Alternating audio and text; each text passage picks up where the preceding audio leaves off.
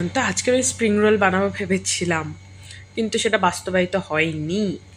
কারণ ফার্স্টে আমি সব রকম সবজি টবজি কেটে সস টস দিয়ে মশলা পুরো স্পাইসি করে খুব সুন্দর করে আমি ম্যাগিটা বানিয়েছিলাম। কিন্তু সত্যি বলতে আমি প্রথমবার এত সুন্দর ম্যাগি বানালাম, কারণ এর আগে এরকম ম্যাগি কোনোদিন বানাইনি। তো ম্যাগিটা বানানোর পর তারপর কর্নফ্লাওয়ার, তারপর ময়দা দিয়ে যখন ব্যাটারটা করলাম সেটা পর্যন্তও ঠিক ছিল, ইউটিউব দেখে করেছিলাম। কিন্তু তারপর যখন ফ্রাইং প্যানে দিলাম একটাও ওঠেনি, একটাও আমি বানাতে পারিনি।